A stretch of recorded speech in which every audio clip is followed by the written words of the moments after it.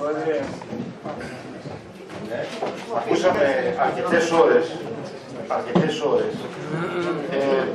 ομολογουμένως κάποιες προτάσεις που είχαν ιδιαίτερη σημασία και πρέπει να σας πω ότι σε στρατηγικό και κεντρικό επίπεδο νομίζω ότι πρέπει να ληφθεί η απόφαση ότι δεν μπορούμε σε καμιά περίπτωση να βρεθεί, δεν μπορεί να βρεθεί λύση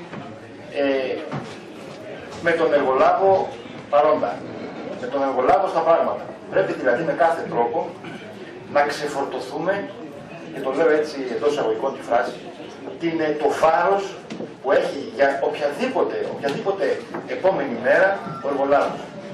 Μου θυμίζει την περίπτωση της χώρας, της Ελλάδας, με τα χρέη που πέστη, με τα χρέη που είχε και την προσπάθεια που έκαναν ορισμένοι να διαπραγματευτούν με τους πιστωτές μας.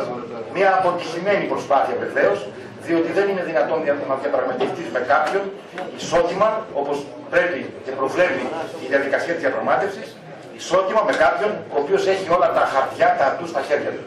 Συνεπώς, νομίζω ότι στρατηγικά πρέπει να οδηγηθούμε στη λύση, με κάποιο τρόπο, με κάθε δυνατό τρόπο, να φύγει ο εργολάβος από το πρόβλημα.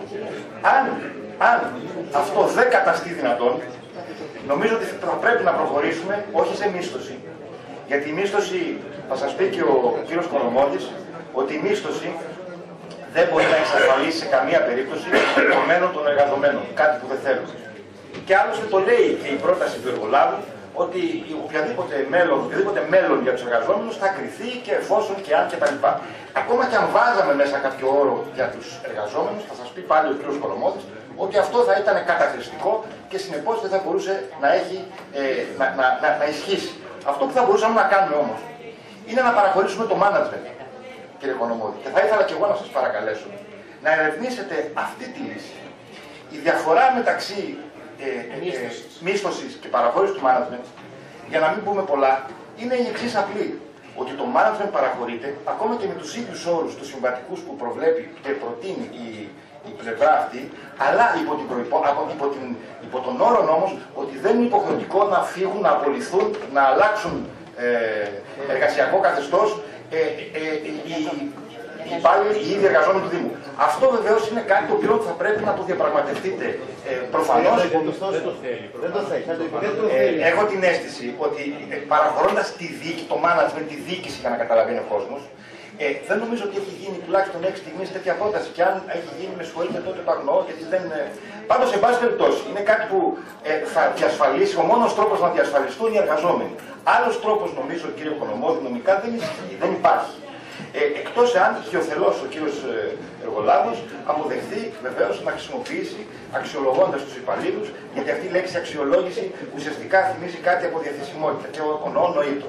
Και βεβαίως αυτό δημιουργεί προβλήματα και πρέπει να τα πούμε στον κόσμο, εάν και εφόσον υπέρ του οποίου γίνεται η όλη προσπάθεια, να του πούμε του κόσμου και να του εξηγήσουμε ότι αυτό θα σημαίνει θα φέρει κάποια προβλήματα. Από εκεί και πέρα, πρέπει να ομολογήσω κι εγώ ότι άκουσα με ιδιαίτερη προσοχή και τον κύριο Δήμαρχο. Ο κύριος Δήμαρχος πρότεινε δάνειο, ενοικίαση και διακανονισμό. Θέλω να πιστεύω ότι διαπραγματευόμενος, επαναλαμβάνω, με κάποιον ο οποίος έχει όλα τα ατού στα χέρια του, η διαπραγμάτευση είναι ουσιαστικά, το αποτέλεσμα της διαπραγμάτευσης είναι προαποφασισμένο. Και είναι και αυτονόητο τι πρόκειται να γίνει. Θα έλεγα και πάλι, κύριε Δήμαρχε, ότι θα πρέπει να δούμε τα πράγματα ρεαλιστικά. Ακούστηκαν κάποιες απόψεις από τον κύριο Παύλου, που ομολογουμένως, και από τον κύριο Πετρίτσι, που ομολογουμένως εμένα μου έκανε ιδιαίτερα θετική εντύπωση, κυρίως γιατί λύνουν το πρόβλημα. Λύνουν το πρόβλημα άπαξ και διαπαντός. Θέλω να πιστεύω ότι, όπως θα σας πει και ο κύριος Κονομώδης, υπάρχουν τρία βασικά πράγματα και σε κάθε σύμβαση που κάνουμε. Πρέπει η σύμβαση να έχει την αρχή της βιωσιμότητας, δηλαδή να αντέχει στον χρόνο, για παράδειγμα. Δεύτερον, να μπορεί να εξασφαλίζει και τα δικαιώματα και τις υποχρεώσεις και των δύο μερών. Και το τρίτο, το οποίο έχει και αυτό τη σημασία, πρέπει να έχουμε αποφύγει, κύριε Πρόεδρε, σε κάθε βαθμό, όσο μπορούμε πιο πολύ, τις καταχρηστικότητες που πρόκειται να προκύψουν. Διαβάζοντας αυτή εδώ τη σύμβαση, την πρόταση, με συγχωρείτε, για σύμβαση, δημιουργούνται ερωτηματικά τα οποία είναι επικίνδυνα, κύριε Πρόεδρε. Να σας δώσω ένα παράδειγμα. Επειδή η Αλέξανδρος 99,9% δεν είμαι σίγουρος, δεν έχω το καταστατικό της, δεν θα προβλέπει λειτουργία ΣΠΑ, κύριε Οικονομώδη. Και σημαίνει αυτό δύο πράγματα. Ή θα γίνει επινοικίαση, ή θα κάνει. Αυτό μπορεί να συμβεί, αλλά προσέξτε τι θα συμβεί από εκεί πέρα. Η θυγατρική, εάν ας πούμε εμείς για οποιοδήποτε λόγο θέλουμε αύριο ή βρούμε τα χρήματα, δεν μπορούμε να σπάσουμε τη σύμβαση αυτή. Γιατί θα υπάρχει ενοχική σχέση με τη θυγατρική, όπως λέει ο κ. Παύλο, ή κάποια άλλη εταιρεία. Δηλαδή θέλω να πω ότι δημιουργούνται προβλήματα, κύριε Πρόεδρε. Τεράστια προβλήματα. Και νομίζω, κύριε Οικονομώδη, θα συμφωνήσετε σε αυτό, ότι θα πρέπει με κάθε τρόπο να προσπαθήσουμε να απεμπλακούμε από την ύπαρξη, την παρουσία, δίνοντας στον άνθρωπο αυτά που δικαιούται ή διαπραγματευόμενοι ακόμα και αυτά που υπολείπεται να πάρει, ώστε να μπορέσουμε να δούμε την επόμενη μέρα. Και η επόμενη μέρα μπορεί να είναι θετική, αξιολογώντας και καταφέροντας να μειώσουμε ακόμα περισσότερο τα λειτουργικά έξοδα αυτής της επιχείρησης. Θα ήθελα επίσης, κύριε Πρόεδρε, κλείνοντας, να σας πω και το εξής. Εάν μπορέσουμε να κάνετε πρόταση, εσείς θα κάνετε πρόταση. Η πρότασή μου ήταν, κύριε Πρόεδρε, για το management. Επαναλαμβάνω, αυτό εάν και εφόσον επιχειρηθεί, θέλω να πιστεύω ότι διασφαλίζει, είναι ο μόνος τρόπος και νομικά να διασφαλίσει, εφόσον αποφασίσουν να διασφαλίσει τους εργαζόμενους. Μάλιστα.